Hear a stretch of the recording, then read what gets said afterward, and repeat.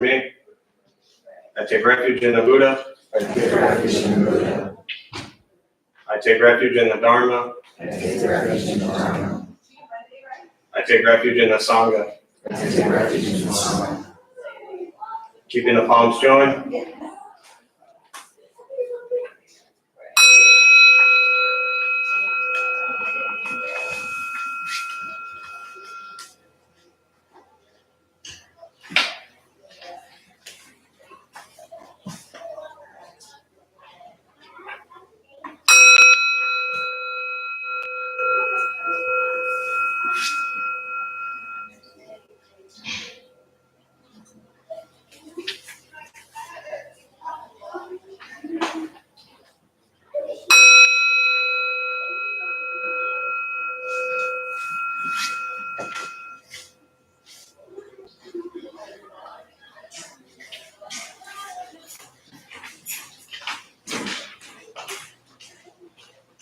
Put palms down.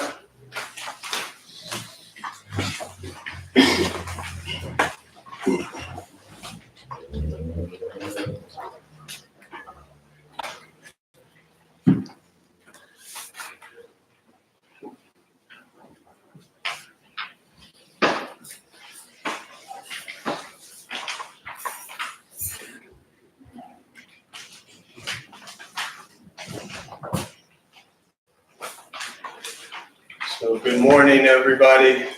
What brings all you folks here today? Anyone here for the first time? Saw a hand in the back. What brings you here?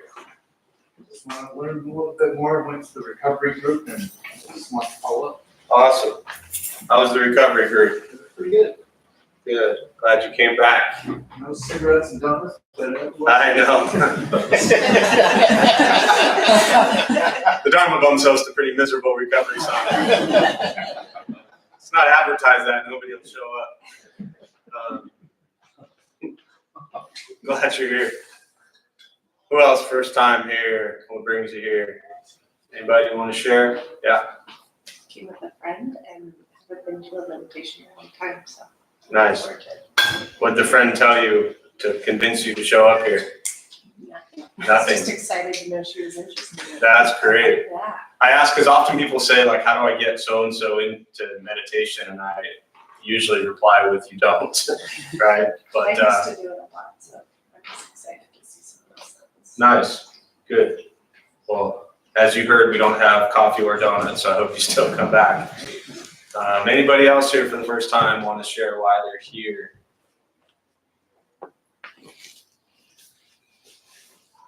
Anyone who keeps showing up want to share why they keep showing up? Yeah. Your jokes. My jokes. I keep talking about doing like a stand-up Dharma. I mean, it would be a sit-down Dharma, but we have Austin, who's been around Dharma Bums for years and resides here. He does stand up, and we talk all the time about what it would be like to do kind of stand. Because Buddhism is funny, I mean, the practice of Buddhism is funny because you have to look at what a greedy, angry, ignorant person you are. And that in itself, like, you got two choices: either be miserable and depressed about your own greed, anger, and ignorance, or find humor in how foolish and ridiculous we are and try to work through it. So the years I spent angry about that didn't help. And then once I started to laugh at what an idiot I was, it made it easier to work on not being much of an idiot, And so I think the humor in all of that is required. And all the great Zen masters and teachers I've ever seen, like Shindo Suzuki, built San Francisco Zen Center, was just a funny guy. He led a meditation one morning, then we'll start with meditation. I don't really know the truth to the story, but in his book called Crooked Cucumber, written by David Chadwick, about his life and how he built San Francisco Zen Center. He came over, actually, I think just a couple days ago, it was 60 years since he had arrived in San Francisco. He was 55 years old, a very, kind of just a traditional Japanese Zen priest that they dropped in San Francisco in the 60s. And said, here, share the Dharma with this crowd. And he turned his back on the traditional Japanese community to be able to share Buddhism with kind of the locals of San Francisco in the 60s. And there's a story, I believe it was his wife that told the story, that they were doing a sesshin or just a longer meditation practice one day, and he started everybody on meditation, and then he wandered out and he went to the market. And I don't know if he went to the market because he wanted to go to the market or if he went to the market because he forgot that there were people in meditation, but he ended up roaming around the market while all these people are sitting in meditation. And the highlight for me to the story is that nobody dared get up and leave. So they all just stayed there, and they had to go get him and find him and bring him back so he could end the meditation. Yeah, pretty sure if we were here at 12:01, you'd all run out the door by now. Please don't do that. I won't do that today. I know you got plans. So, all right. So with that being said, we'll start with a meditation practice, which I promised to end. A couple things to tell you before we begin. If you're new or never been here before, nothing's going to happen to you. You won't float away. You're not going to have any mystical, magical experiences. The mind that races all day long won't shut off. Don't judge your practice. You don't ask yourself, is this working? Is this not working? Am I doing it right? Am I doing it wrong? We're just going to sit. We're going to breathe. You'll hear sounds, right? Sounds outside. They're working in the garden. There might be some kids still roaming around. Sounds inside. People cough, phones ring, people move. This is life. And so the practice of meditation is learning to get quiet and still within all of the chaos. Don't judge your practice. Don't ask yourself if it's working or not working. We're just going to sit. We're going to breathe. Posture, you want to be comfortable. If you're on the cushions, often it up, slide into the front third, pushing the stomach forward, allows the back to straighten slightly. Hands are on the knees or on the lap, whatever's comfortable. If you're on the benches or chairs, also sitting up straight. Shoulders are relaxed. If you need to move, simply move. Movement doesn't make you a bad meditator. It just means you need to move. I'll guide us as we begin. We'll settle into a little bit of silence.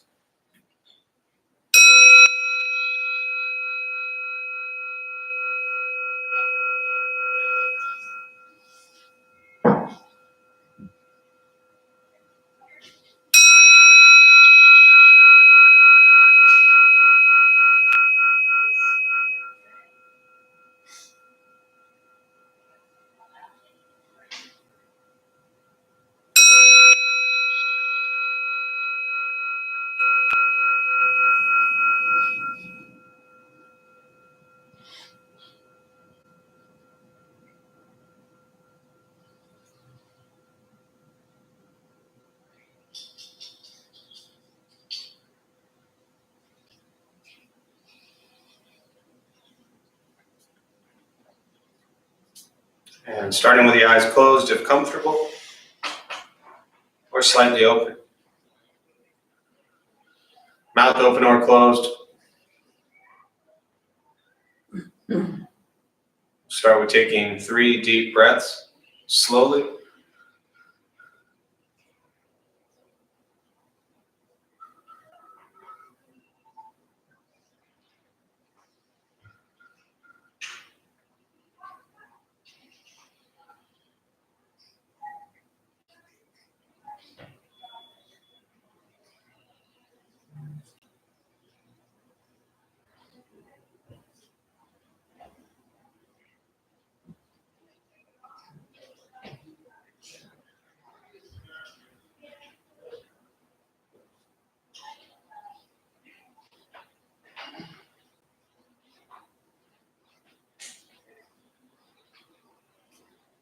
And eventually, settle into a natural rhythm of the breath.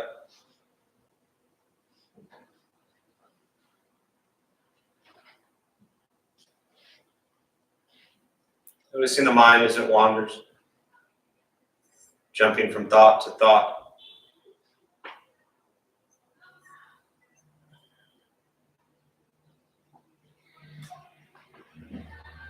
Gently guide the attention, focus to the stomach or chest.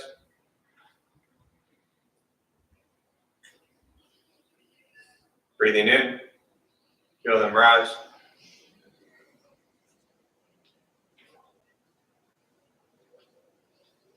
Breathing out, they fall.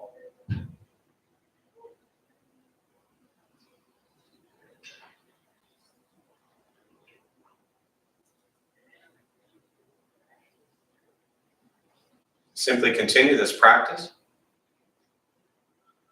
observing sensation of breath, expecting nothing but to sit and breathe.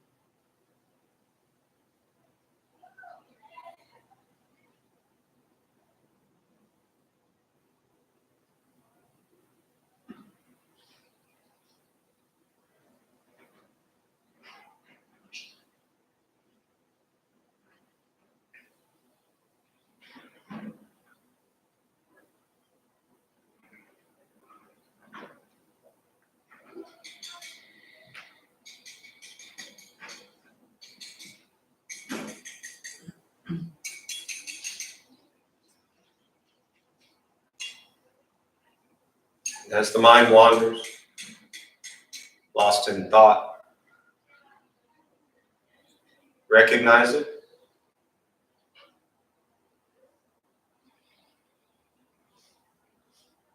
Release that thought. Return attention, focus to the breath.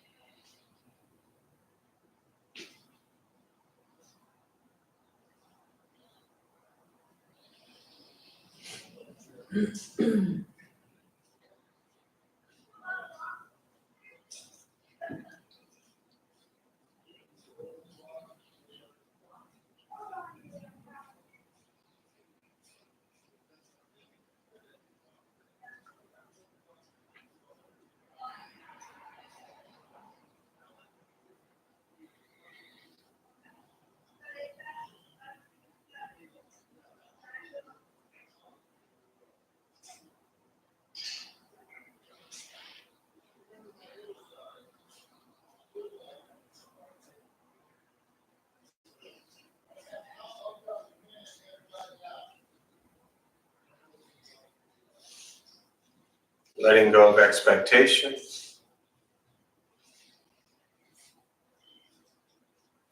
letting go of judgments from the practice. Just sitting, breathing.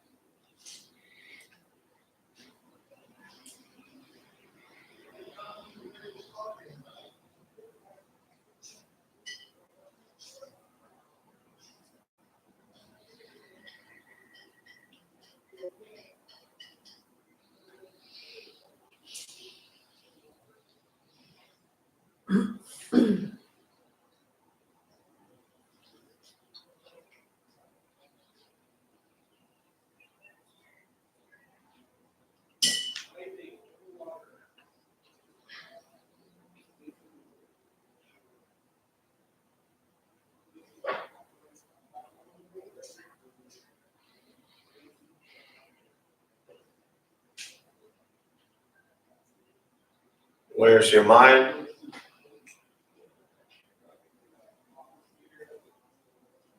Lost in thought? Return attention to the breath.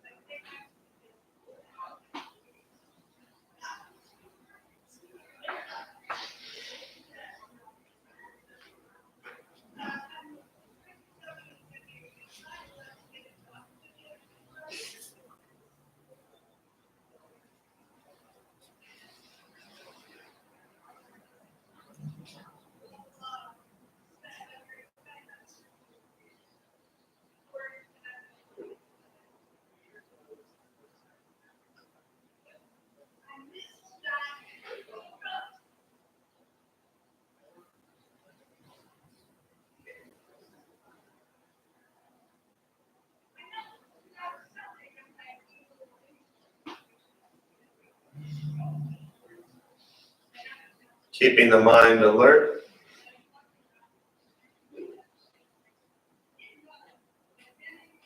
Aware of each sound.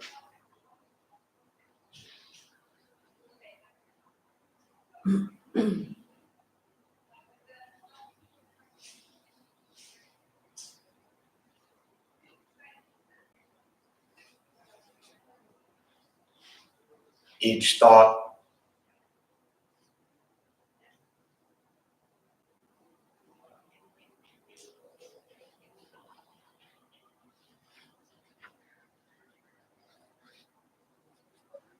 Each physical sensation.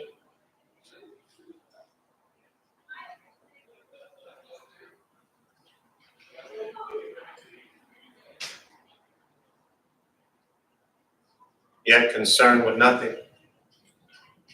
but sitting, breathing.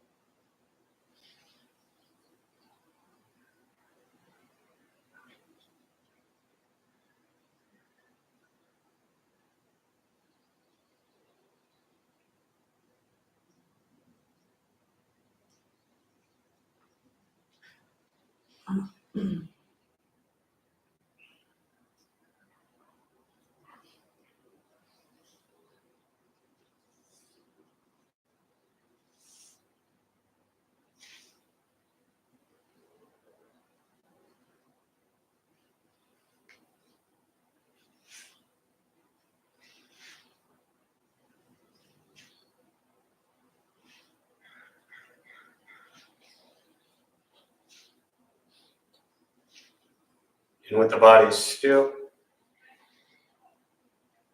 rested,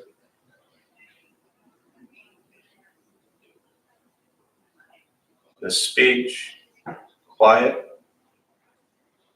aware of all sounds, and the mind learning to settle, know what it's like to just sit and breathe.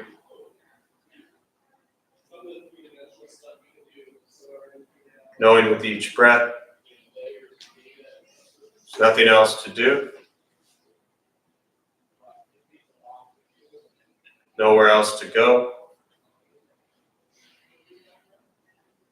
no one else to be.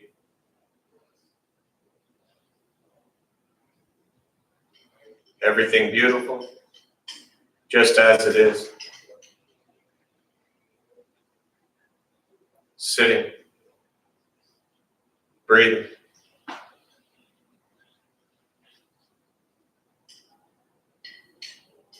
Once again, taking 3 deep breaths, slowly.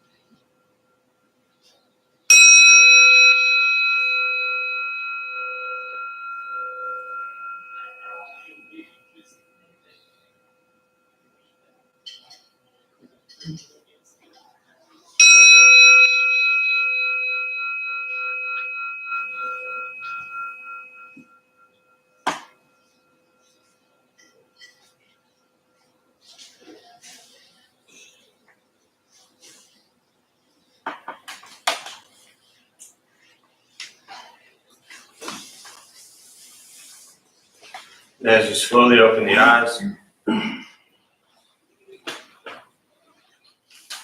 slowly begin to move.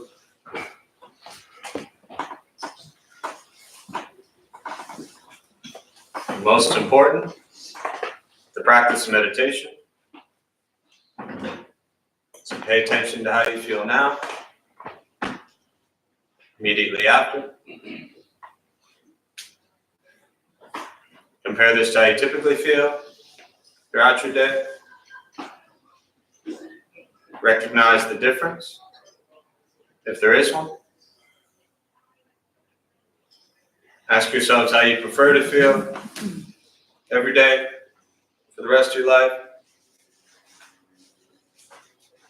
And realize however you feel now is quiet, calm, still, or a busy mind, racing mind. Whatever you're sitting with at this moment has nothing to do with anything I said. Nothing to do with how we sit, hold the hands across the legs.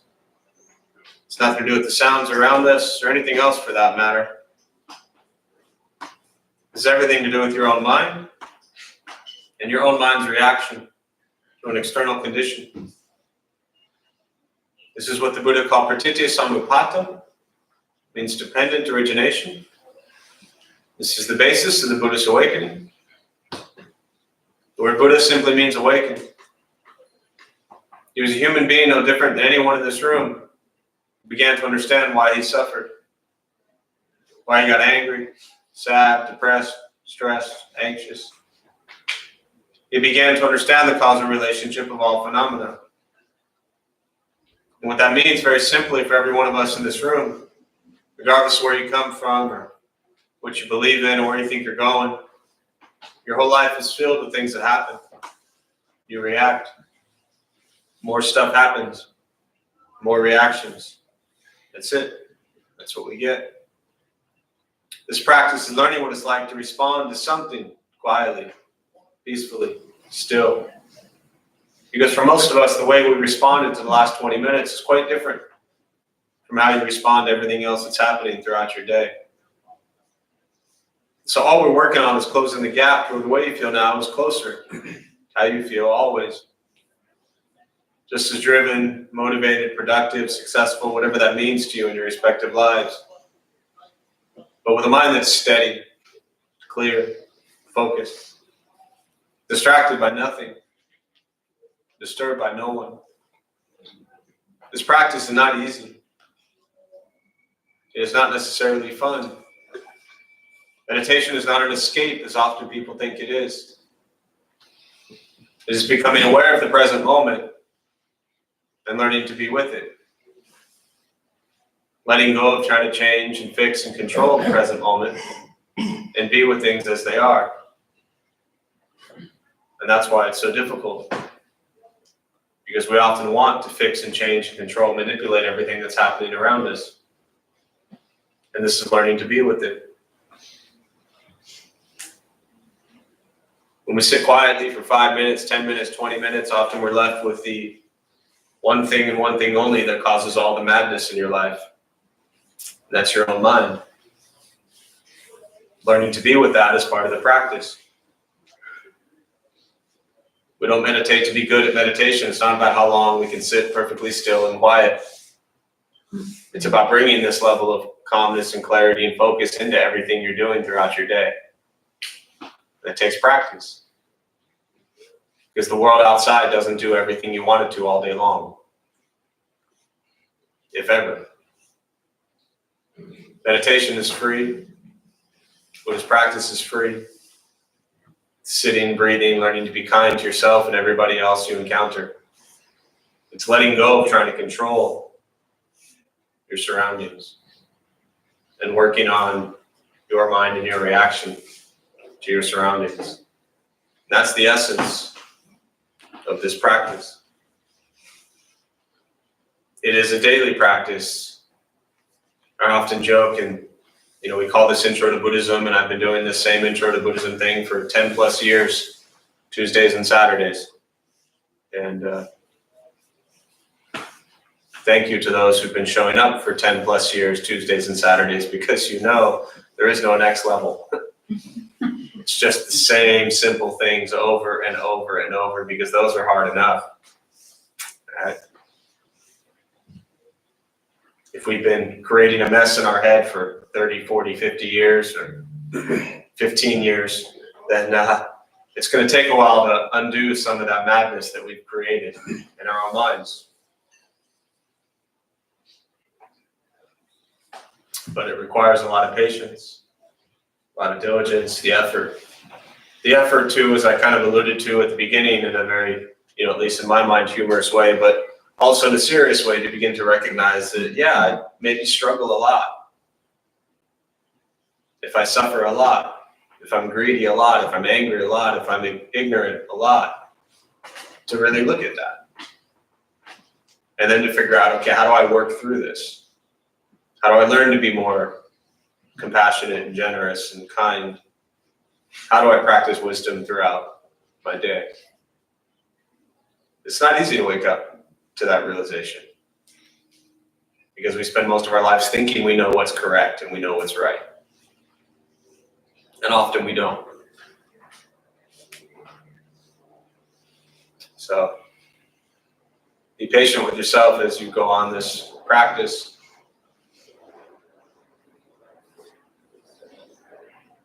I let the gardening crew know that they've been here since 9 a.m.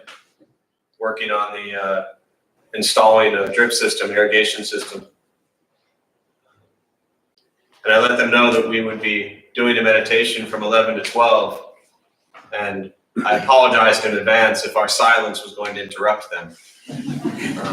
So they have graciously allowed us to interfere with their work by coming in here and daring to be silent for a period of time. So on the way out, make sure you thank them for allowing us to be silent while they were working. Or talking about YouTube in 8th grade. So it's just being real with what's going on, you know, there's the sounds, there's the dialogue, there's the conversation. Does that bother me? What can I do about it? It's easier to just be present with it. Okay? Or spend 20 minutes trying to fix it, solve it, change it, correct it. But if you look closely, you've probably spent 20 years trying to fix, change, or correct something that's going on around you. And it's a lot easier to just observe it. To just be present with it and recognize this is what is happening. And everybody's doing what they think they need to do in that moment. And that's really hard for us because we see the world only through our lens. And we think this is what I need to do in this moment. And we often think that the world must align with that perception. That this is my view in this moment. And everybody around me must understand that this is what I want to do at this moment. And once we let go of that, even just a little bit, life tends to be a little kinder and gentler because things are less forced. And we tend to just kind of move through situations without the grand attachment and to expectations or outcomes. Non-attachment doesn't mean you don't care. It means you begin to understand what's happening and see your attachment or your craving or your desire to wanting a situation to be a certain way. So I'd rather just stop there, open up to questions, meditation, Buddhist practice. I always prefer to just address things that are on your mind and see where that takes us.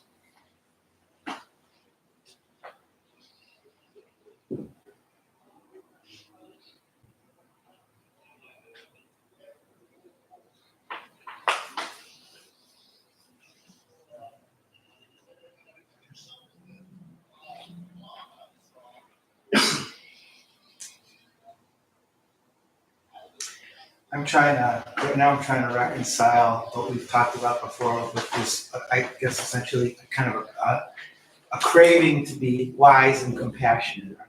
That's not, in quotes, a bad thing, right? To have that craving. And that craving, to me, is very much related to affecting a positive change, right? Good karma. So there's a very fine line between having that kind of virtuous craving to change the world for the better, but not be fixated on making a change. Right. You know what I'm saying? Yeah, and to kind of recap for those who don't know, it's a common theme of, especially the last couple of weeks, that's come up where when we do good things, often there's that recognition of, oh, I'm doing something good. And so does that mean one should stop doing something good just because they're aware of feeling good when they do good things? No, by all means, keep doing good things. And specifically, the Buddha said there are healthy cravings, healthy desire. And one of them is to remove suffering or reduce suffering from your life. Again, just for anyone who's not aware of that teaching. Then without the desire, without the craving to suffer less, we wouldn't be on a path to cultivate wisdom and compassion.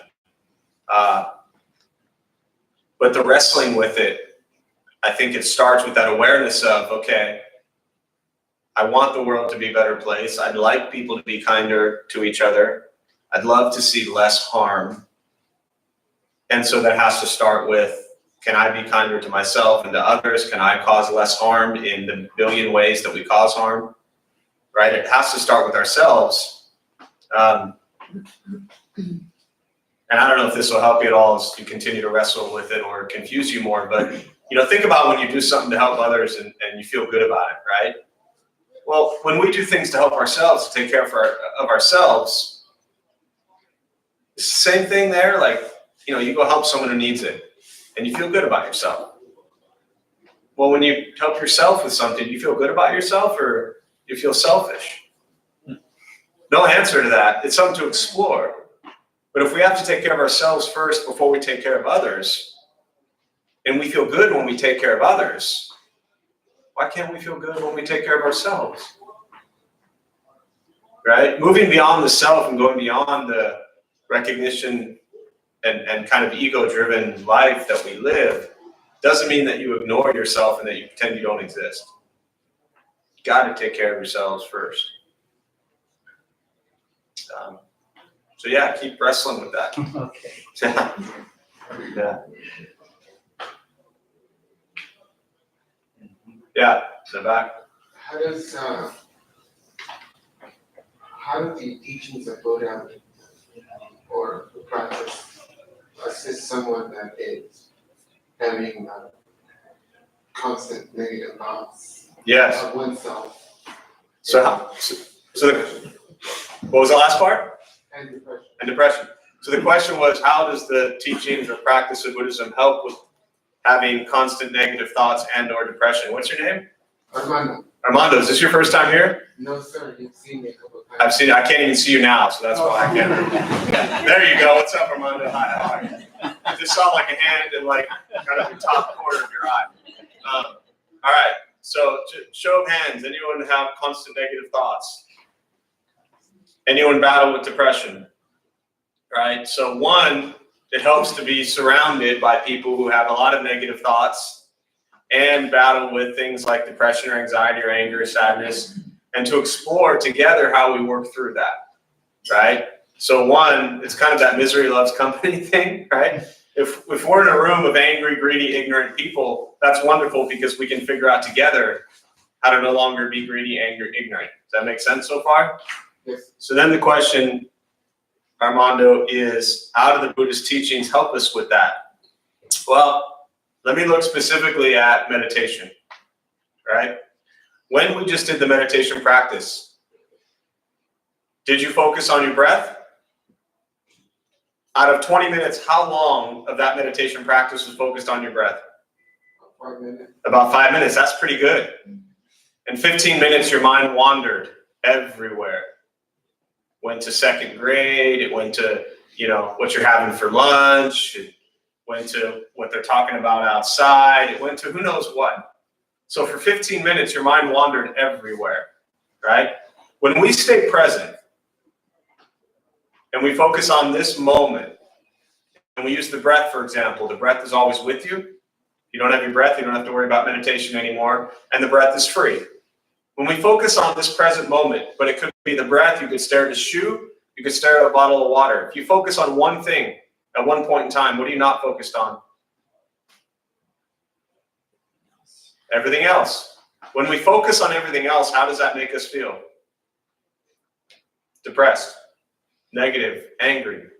So very specifically, the practice of meditation is what helps us deal with negative thoughts and depression because we don't allow them to become a huge long story in our mind. Breathing in, breathing out, there's a negative thought. Release the thought, back to breath. Breath in, breath out, there's another negative thought.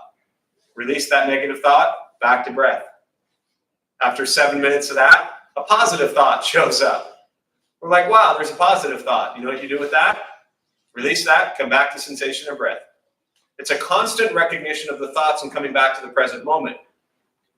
Meditation is training the mind to do that. So when you go throughout your day and you have a negative thought, how long does that negative thought usually stay with you? Good amount of time. We talking years? Sometimes. Sometimes. So anywhere from just hours to years, right? But the practice of meditation is to learn to be present and not tell ourselves the stories. One negative thought can ruin the next 6 days of your life.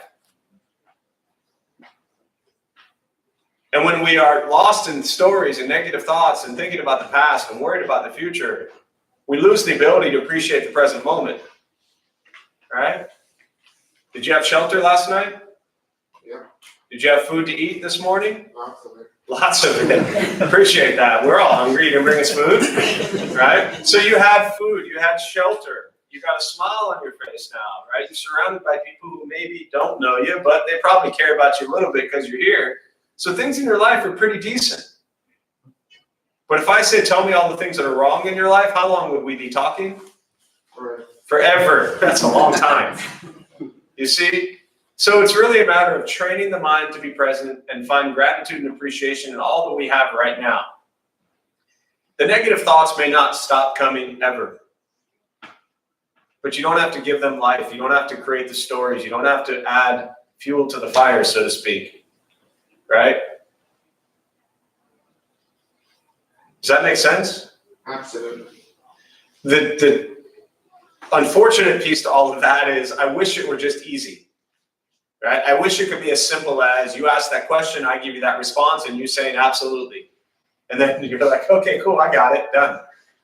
You know how long this little thing that we just had is going to last for you? Not that long. Because sometime very quickly you'll have another negative thought. Maybe the negative thought is like, oh my God, I'm going to have a negative thought. Right? So that's why it's a practice. It's anything else we train for. We strengthen our mind to be able to come back to the present moment and find gratitude. Don't try to stop the negative thoughts. Just try not to give them too much life when they arrive. Yeah. So, yeah. Just to add to that, I forgot who it was, but a speaker here once said, have the thought, but don't invite it in for tea. Right. Yeah. What she said was, Marisa said, have a thought. Someone here one time said, have a thought, but don't invite it in for tea. Right. So you don't need to sit down with them. For sure. Yeah. You mentioned something at the beginning that I thought about a little bit. How do you ask people to join you Right. in this space? Like me personally, I don't. So very often, that's why I touched on it briefly, one of the most common questions I get is, how do I get so-and-so, family, friend, loved one, whoever it might be, to come to meditation? Now, if somebody walks up to you, right, it's a bit of a different scenario with you because you've had a practice already. But if somebody walks up to you and you've never done meditation and they say, you should really come to meditation, what are you really saying to them? You're a mess and you need help. We don't like that, right? So the first part is to recognize that when there would have been a time in all of our lives where somebody walked up to us and said, hey, you should go to meditation, we'd have been like, get away. I'm fine. Leave me alone. I don't want to do that. So knowing that we would have been resistant to it most likely at some point in our lives, we know that others are going to be resistant to it, especially if it's not a part of their life. So I always say you don't get other people to meditate. The best thing you can do is model it in your own life. People that you know and love, you're having less arguments with them, you're less reactive to them, you're not yelling at them, you seem a little calmer, a little more clear, and they're like, what is going on with you? Well, I've been doing some meditation, it calms me down. Leave it at that. Walk away. Right? As soon as we try to get people into this, it's very difficult. Often within Buddhist practice, there's kind of this general theme that people don't come to it until they're really ready. It's not like we're on street corners, holding up signs saying, come join us. It's just when you want to look at the stress and anxiety, and it's tough because, it's not like you go see a movie. You're like, this is a really good movie, you should check it out. People might go see it. Or this movie sucks. Don't go see it. Maybe they won't. Or restaurants, good food, bad food. This is different for some reason. And people respond to it very differently. And if we're newer to the practice, for those of you who might be new and you've been at this for like 3 months and you're like loving it, and then you try to get somebody else to do it, and then they start asking you questions about Buddhism and you have no idea what you're talking about, you're done. You just have a worse time trying to get them to go because you can't even explain what's helping you so much. So you're better off just like keep it to you, and then eventually maybe they'll inquire. But yeah, it's hard. I love what you say about how it's just helping to become comfortable with things as they are. Mm-hmm. I feel like that has become my go-to Yeah, with that. absolutely. What she said for those who didn't hear is it's what she loves to hear is learning to be comfortable with things as they are. And I mean, that's the essence of this practice, is to learn to recognize suffering and remove it, or at least as I like to look at, reduce it, right? And if we see things as they are, then we immediately can reduce suffering. The suffering exists when we see things and we try to change them. And that doesn't mean that we like things how they are, but there's often not much we can do about it. And learning to be with that is really critical. You know?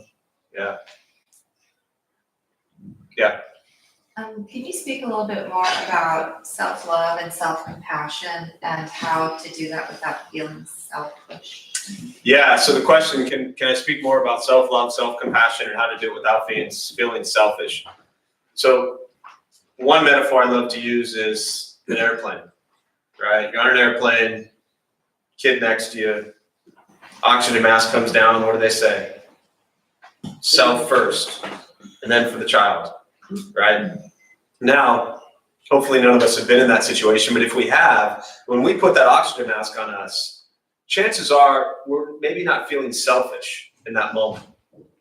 We're recognizing this is the wisest thing to do, because if I want this child to keep breathing, I gotta keep breathing. So it's really going beyond this thing of thinking that it's all about me. Taking care of me. In the college group, we have kind of our motto is for the benefit of others.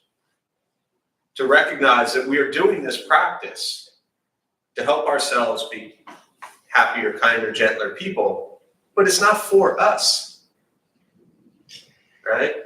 It's not about sitting around and trying to do meditation and learn about compassion so you can just sit in a corner and be all meditative and compassionate for you.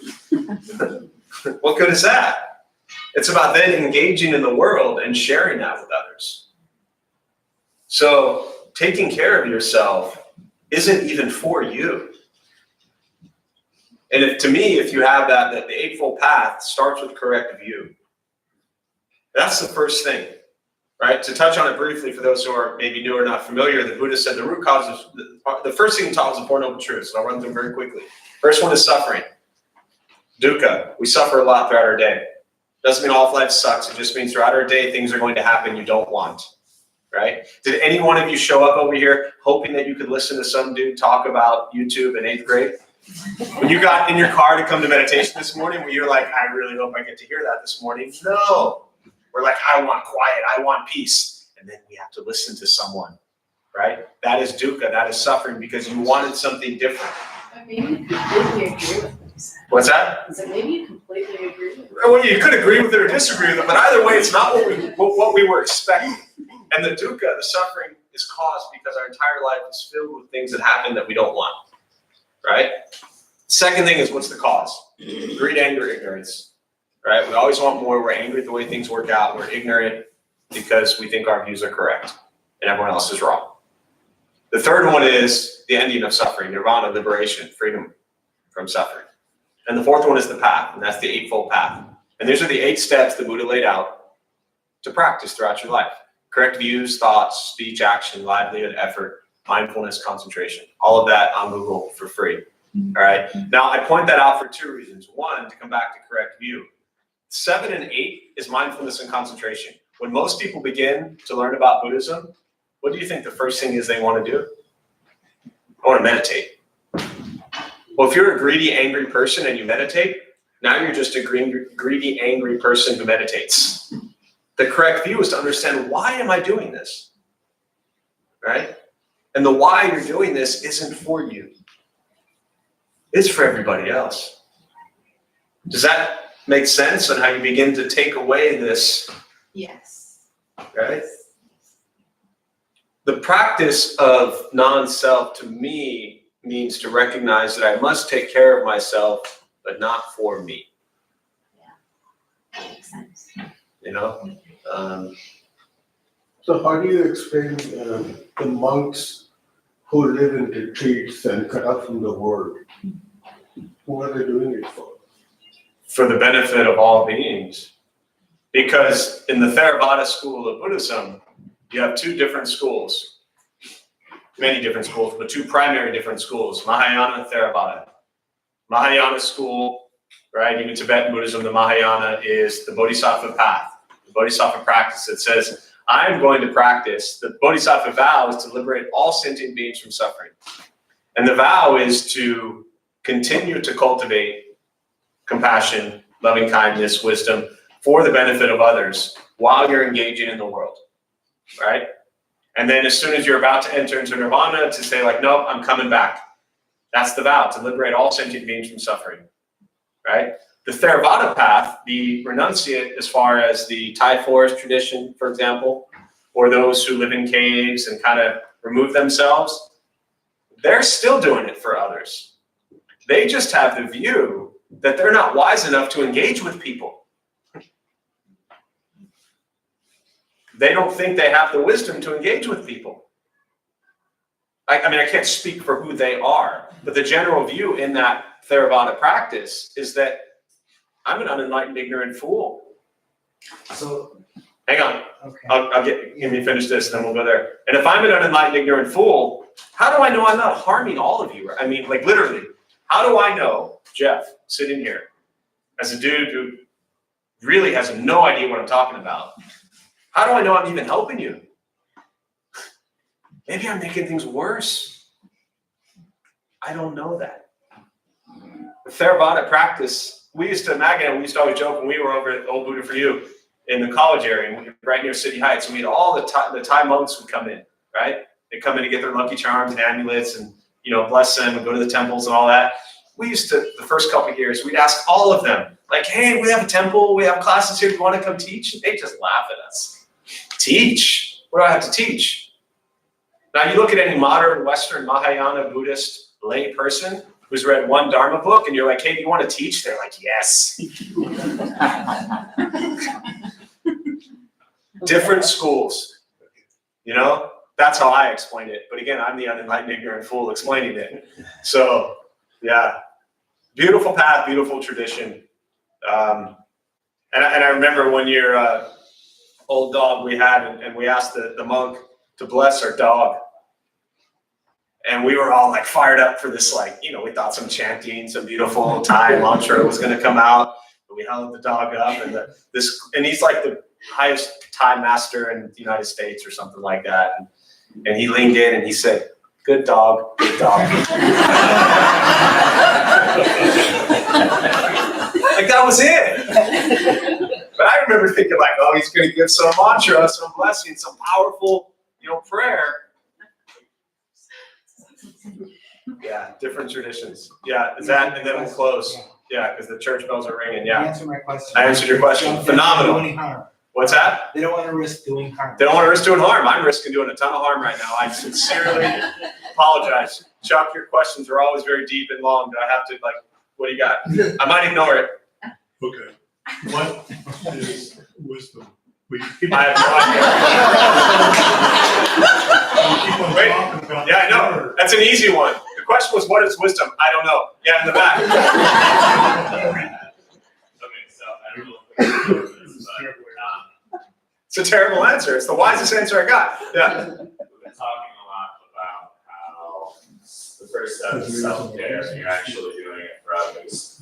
We've also been talking a lot about struggling with depression and negative thoughts and how unavoidable that is, but it seems to me and in my own practice that it's very easy to start from a place of self-care where you mean well and you are doing it for the good of other people around you, and then kind of get lost in the self and end up in a really negative place. So I guess what is the, I don't want to say prescribed method, because there's certainly nothing. Yeah. What is the goal there? What is the practice there? How do you catch that in yourself? Yeah. I'll close with this thought. And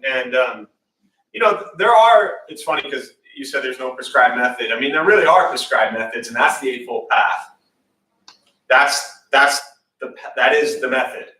And the first one being the correct view, I'm kind of repeating what I said, but I just want to emphasize it again. It's finding that balance of self-care, but then not getting lost in self-care, right? Buddhism and meditation is not therapy, right? And I recognize that half the people here are in therapy and half the people here are therapists, right? Buddhist practice is not therapy. It's to recognize that we are suffering as human beings. It's what the Buddha said. As soon as you're born, you're going to suffer. And we must work on suffering less. But if we show up day after day after day, I was talking to DW about this, who's been leading the irrigation crew and kind of this garden crew out there, right? We show up day in and day out, and he's been talked about being in recovery and NA for 30 years. And he said that that is so heavily focused on I. And what he learned was that the best way to not suffer is to go be of service. So yes, we need to care about ourselves enough to where we can hopefully get out of bed every day. But if you get out of bed every day and all you think about is what do I need, what do I want, what do I get, what do I deserve, what should happen to me, I'm suffering, I'm depressed, I'm angry, I'm negative. If all we focus on is all of that all day long, we're just giving rise to all of that misery, right? And I'm not, this is no knock on anybody in here, but do you think the 10 people out there right now are thinking about themselves right now? Not at all, right? So it's a balance, but you have to find that balance, right? I can't tell you where that balance is. You have to find it. And it's different for each person. Each person in this room will begin to recognize, okay, do I have enough fuel to get through my morning? And now how can I also go help others? Does that give you a little to think about? Yeah. Yeah. And back to Chuck, just so he's not angry and pissed off on my answer about wisdom. Subhuti was praised by the Buddha, right? The Buddha asked Subhuti, his wisest disciple, to go give a discourse on emptiness, which is ultimate wisdom. And you know what Subhuti said? Nothing. And the Buddha said, good job. So I'm just stealing from him. So if you're going to be angry at him. No. Years ago, one of the college kids was so bent on defining wisdom. And I think the greatest thing about defining wisdom, instead of looking for what is ultimate wisdom, we all know when we're being ignorant. You overcome ignorance with wisdom. That's what the Buddha taught. The best way for me to understand what ultimate wisdom is to focus on what is my ignorance. And if I am less ignorant, by default, I'm being more wise. But I don't sit here and think, what is wisdom? Because who can define that, right? Can't define it. But I know what ignorance is. So I'm going to try to do less of that. Still doesn't give you an answer. No, because we keep on talking about ignorance and wisdom. Yeah.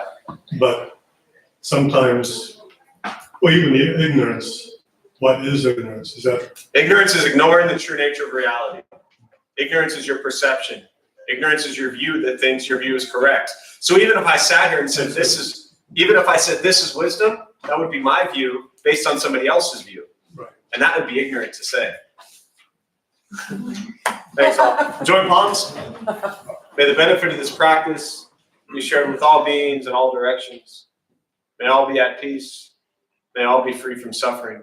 May any merit gained from this practice be transferred to Alan J. during his time of rebirth, and to Ricky and Kenny and their family and friends who suffer at this time. May they all be at peace. May we all be at peace.